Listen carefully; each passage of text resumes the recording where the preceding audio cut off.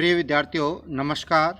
मैं अनिल कुमार यादव, सहायक आचार्य राजनीति विज्ञान, राजकीय कन्या महाविद्यालय बहरोड। विद्यार्थियों, यूट्यूब चैनल वीडियो में आपका हार्दिक स्वागत और अभिनंदन। विद्यार्थियों, आज के इस वीडियो में हम आपको बीए पार्ट द्वितीय के प्रश्न पत्र प्रथम के अंतर्गत एक टॉपिक है स्विट्जरलैंड का संविधान।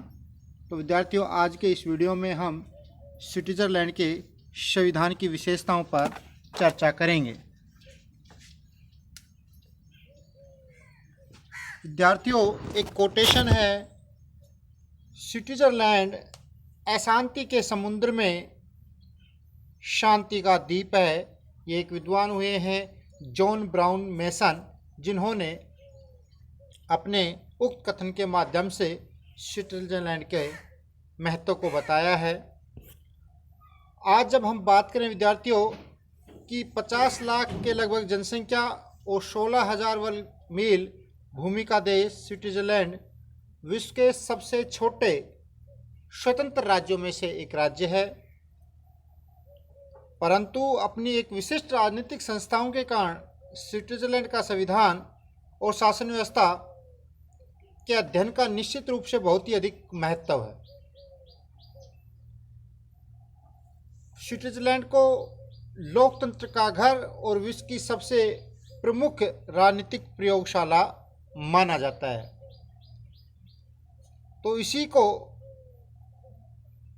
ध्यान में रखते हुए विद्यार्थियों, आज हम स्विट्जरलैंड के संविधान की विशेषताओं पर चर्चा कर रहे हैं।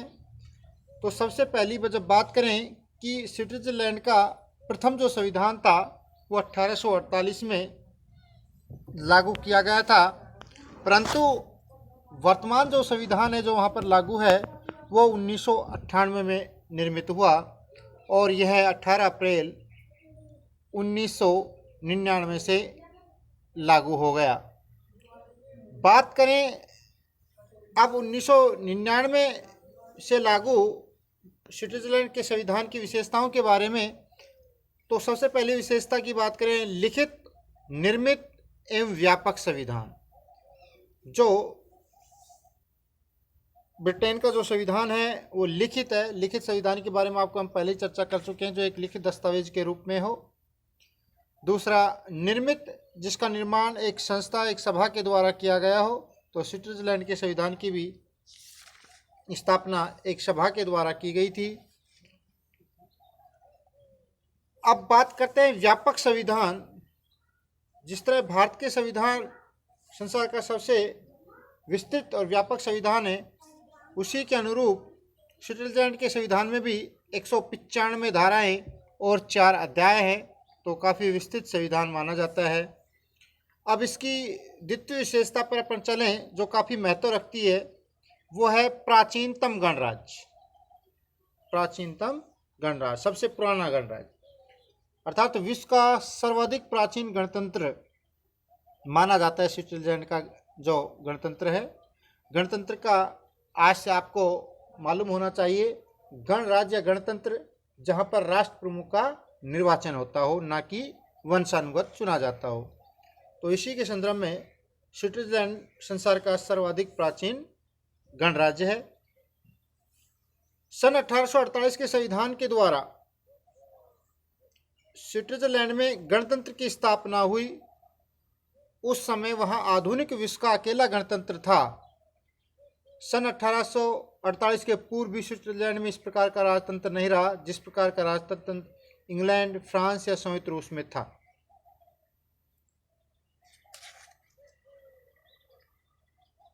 एक विद्वान हुए रेपार्ड, उन्होंने लिखा है कि स्विट्जरलैंड युगों से गणराज्य रहा है। स्विस नागरिक न केवल वंशानुगत राजा वन किसी एक निर्वाचित प्रधान को भी पूर्ण शक्ति प्रदान करने के विरुद्ध रहे हैं, और इसी गणतंत्री भावना की अत्यधिक प्रबलता के कारण ही उनके द्वारा एकल कार्यपालिका के स्थान पर बहुल कार्यपालिका को अपनाया गया है, जो कि एक महत्वपूर्ण विशेषता रखते हैं। बहुल कार्यपालिका, यानी किसी एक व्यक्ति के हाथ में शक्ति न सौंपकर वो सामूहिक रूप से शक्ति वहाँ की जनता के द्वारा सौंपी गई है कार्यपालिका को। तो स्विट्जरलैंड का जो संविधान है वो संसार का सर्वाधिक प्राचीनतम गणराज्य है, और स्विट्जरलैंड में गणराज्य की जो स्थापना हुई थी वो 1848 के संविधान में कर दी गई थी। और मैंने बताया विद्वान रेपार्ड ने स्विट्जरलैंड के संविधान को युगों से गणराज्य माना है। अब बात आती है अगली विशेषता, प्रत्यक्ष लोकतंत्र अर्थात लोकतंत्र का आदर्श प्रतीक। आधुनिक राज्यों में स्विट्जरलैंड प्रत्यक्ष लोकतंत्र का सर्वश्रेष्ठ उदाहरण माना जाता है, या यूँ कहें कि प्रत्यक्ष लोकतंत्र का घर भी कहा जाता है,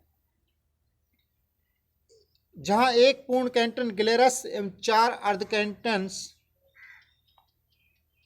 लैंडसीमाइंड मतदाताओं की सभा के द्वारा कानून का निर्माण किया जाता है।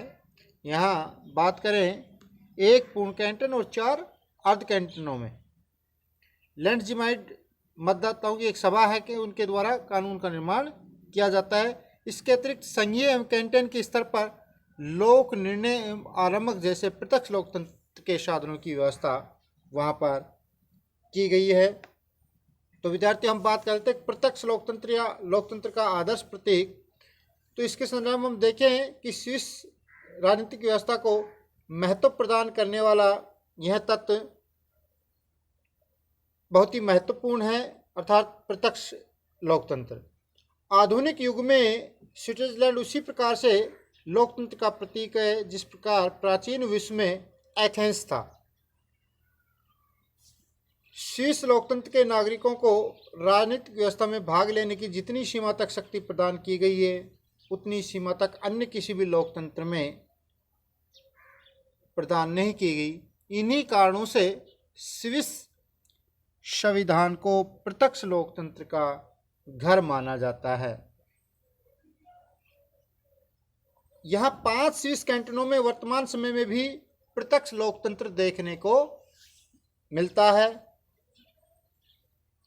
नागरिकों के द्वारा जनसभाओं में कानूनों का निर्माण किया जाता है। जनताओं की सभा होती है, किसी विषय पर कानून बना तो जनता इकट्ठी होती है और सभाओं के माध्यम से कानून का निर्माण किया जाता है।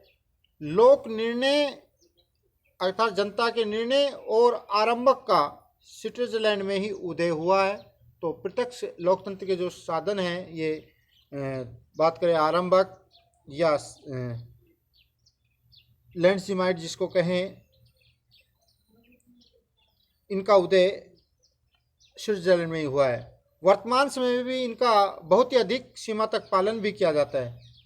इस प्रकार यह कहा जा सकता है कि ब्रिटेन संसदात्मक व्यवस्था का और अमेरिका संघीय व्यवस्था का जनक है, तो स्विट्जरलैंड आधुनिक विश्व में प्रत्यक्ष लोकतंत्र का घर होने का दावा कर सकता है। तो जिस तरीके से ब्रिटेन को संसद की जननी कहा जाता है, अमेरिका को संघीय व्यवस्था का जनक कहा जाता है, उसी तरह विद्यार्थियों यहाँ पर स्विट्जरलैंड को आधुनिक विश्व में लोकतंत्र का घर कहें तो कोई गलत नहीं है। अब बात करें अगली विशेषता की, वो है स्विट्जरलैंड में द्विसदनीय व्यवस्थापिका अर्थात संघीय संसद, जिसके 2 सदन हैं। पहला है प्रतिनिधि सभा जिसको निम्न सदन कहा जाता है और इसमें जनसंख्या के आधार पर प्रतिनिधित्व दिया जाता है। प्रतिनिधि सभा के कुल सदस्यों की संख्या 200 होती है और इसके सदस्यों का कार्यकाल विद्यार्थियों 4 वर्ष का होता है। इसी तरह इसके द्वितीय सदन को सीनेट कहा जाता है, जिसे उच्च सदन भी कहा जाता है और इसके सदस्यों की संख्या 46 है। प्रत्येक कैंटन का प्रतिनिधित्व एक समान है। प्रत्येक कैंटन से 2 और अर्ध कैंटन से 1 सदस्य आता है। इसके सदस्यों का कार्यकाल 4 वर्ष का होता है। तो इस प्रकार विद्यार्थियों हमने यहाँ स्विट्जरलैंड के संविधान के संदर्भ में 2-3 विशेषताओं पर चर्चा की। जैसे सबसे पहले बात आई थी कि लिखित, निर्मित, व्यापक संविधान, प्राचीनतम गणराज्य, प्रत्यक्ष लोकतंत्र का घर, द्विसदनीय व्यवस्थापिका। तो इसी आधार पर एक विशेषता और है, बहुल कार्यपालिका। सामान्यतः ऐसा समझा जाता है कि कार्यपालिका का संगठन एकल होना चाहिए, जिसके द्वारा शासन व्यवस्था का संचालन कुशलता के साथ किया जा सके। जैसे भारत है, ब्रिटेन है, अमेरिका में एकल कार्यपालिका ही है, लेकिन स्विट्जरलैंड में 7 सदस्यों की बहुल कार्यपालिका को अपनाया गया है। यह कार्यपालिका न तो पूर्ण अंशों में संसदात्मक है और न ही अध्यक्षात्मक, वरन इसमें दोनों ही गुणों को ग्रहण करते हुए विश्व के सम्मुख एक नवीन उदाहरण उपस्थित किया गया है। तो विद्यार्थियों, जब बात करें हम कि बहुल कार्यपालिका की व्यवस्था किस देश के संविधान में पाई जाती है, तो स्पष्ट है, बहुल कार्यपालिका की व्यवस्था एकमात्र जो देश है वो स्विट्जरलैंड है, जिसमें किसी कार्यपालिका की शक्ति को एक व्यक्ति या संस्था के रूप में सौंपकर 7 सदस्यों की एक बहुल कार्यपालिका को सौंपा गया है, जो न तो पूर्णतः संसदात्मक है और न ही अध्यक्षात्मक। एक तरीके से कहें संसदीय और अध्यक्षात्मक दोनों का ही मिश्रित रूप यहाँ पर इस कार्यपालिका में विद्यार्थियों अपनाया गया है। तो विद्यार्थियों, आज के इस वीडियो में हमने स्विट्जरलैंड के संविधान के संदर्भ में 3-4 विशेषताओं पर चर्चा की। आशा करते हैं आपको काफ़ी कुछ स्पष्ट हुआ होगा स्विट्जरलैंड के संविधान के बारे में, और अगले वीडियो में हम स्विट्जरलैंड के संविधान के जो शेष विशेषताएं रहेगी उन पर चर्चा करेंगे। धन्यवाद।